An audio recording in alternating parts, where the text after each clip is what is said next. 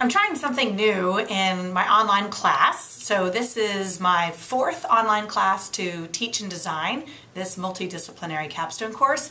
And what I'm going to try doing this semester for the first time is send you weekly videos just where I explain the big picture of what's going on that week and explaining the assignments perhaps. Of course, everything's already on the computer and on Blackboard, but I just want you to have a little sense of where I'm coming from, why I'm giving these assignments, and give you some feedback about how things are going. So you should have submitted your week 1 assignment, your introduction video, and for that one you should have been standing up, but for most of these little chit-chat videos I'll be sitting down just because I need to have my computer right here as I go over the instructions. So you've looked at your syllabus, you've looked at your daily schedule, you've submitted your introduction video, and now you're in week 2, and this is where, if we look at our daily schedule, we've got 2 assignments. So you know on Monday, which would be January 14th, you have your first TED Talk watch and response due, which I'm going to talk about. And then you know on Thursday, you have your LinkedIn profile due. The TED Talks, they're cool. We found some TED Talks that are all relevant to careers, professions, passions, work-life balance. And the first one you'll watch, it's posted, and for every TED Talk, you will have 2 questions posed to you. One is meant to be pretty objective. It's basically you have to have watched the video to get the material. So I know you're accurately, giving your time to the video.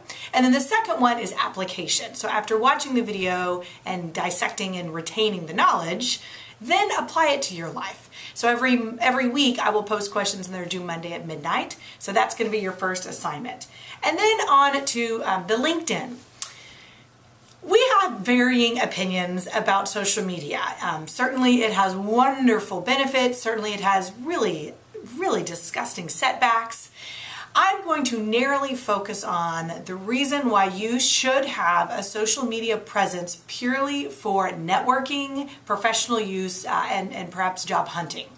So it would be remiss of me as your multidisciplinary capstone instructor not to require you to at least acknowledge how having a social media presence significantly increases your chances of being heard, found, discovered, connected professionally. I've attached some articles for you to read more thoroughly. That's in the learning resource section on our week 2 site. And you can really look and understand the research behind this and what's going on. Right now, as of 2018, 2019, the number of sites, certainly, and what employers do is look at all of your social media sites. They're going to look at your Twitter, they're going to look at your Instagram, but the 2 most commonly reviewed sites are Facebook and LinkedIn. That's just the trend right now. I'm certain over time, as different social media sites come into favor and some are more passé, this will adjust. For this assignment, the only one I'm going to require you to update, or maybe for some of you create, and that I'm going to grade you on is LinkedIn. Because LinkedIn is the #1 site that's very much geared for the professional world. I have my LinkedIn site, and I'm going to show you on the camera here the things I'm looking for. Essentially, your LinkedIn site needs to meet the standards of my LinkedIn site. So maybe step 1 is to go to linkedin.com and search for Abigail Pfiester.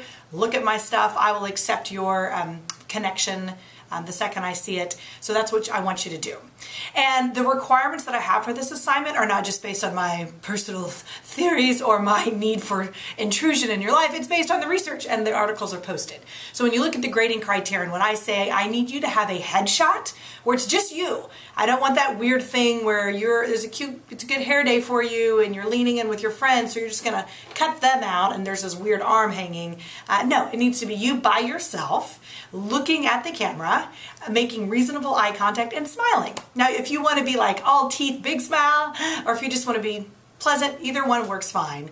But the research is very consistent that those who are by themselves, so it looks like an intentional professional photo, a headshot, not just eyes, not with a friend, not cut out, and those that look pleasant, that are smiling, have substantially better feedback received when they look at their profile photo. So while I'm requiring that of your LinkedIn, that's the assignment, do think about this on all of your other social media. You should be very aware that your social media sites, the ones that you're allowing to be publicly viewed, are being publicly viewed by anyone who's considering vetting you for the job. So have a good profile. The other, I believe, 7 requirements I have listed here on the Blackboard site.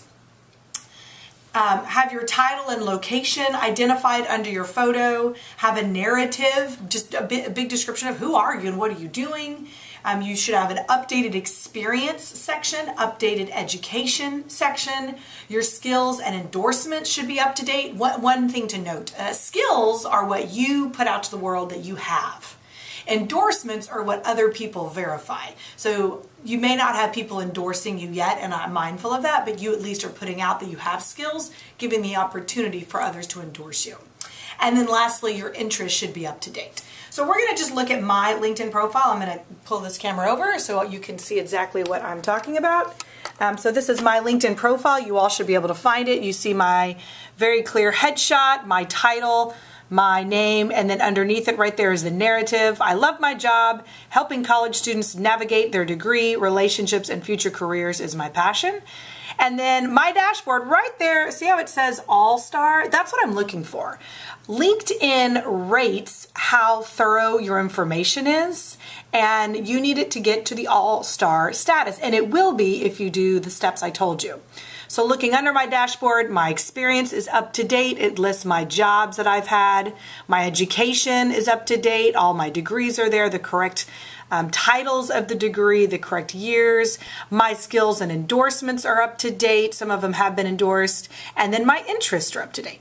So when I said those are the criterion, that's exactly what I'm talking about. And just to reiterate, I'm not trying to be nosy.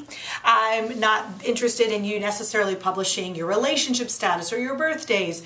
But there is a sense that if you are someone who is trying to get a job and are utilizing your network, that you are consistent in person with who you are in your online. Because we all know the people that have this wildly different social media presence than they do on ground, and you think, that's who you want to be, or I don't know why you put out that present. So we're really looking that potential employers can get a sense of who you are because it's consistent with your on ground. So a lot of that comes out in your skills or your interests. So I hope you enjoy this assignment. Know that you need to do a nice job on it, because not only am I going to grade it, but the following week, week 3, we're going to have all of your peers going on and looking, connecting, critiquing, because it's social media, it's public, and we want to know what others think of your opinion of yourself. Great. Have a great second week.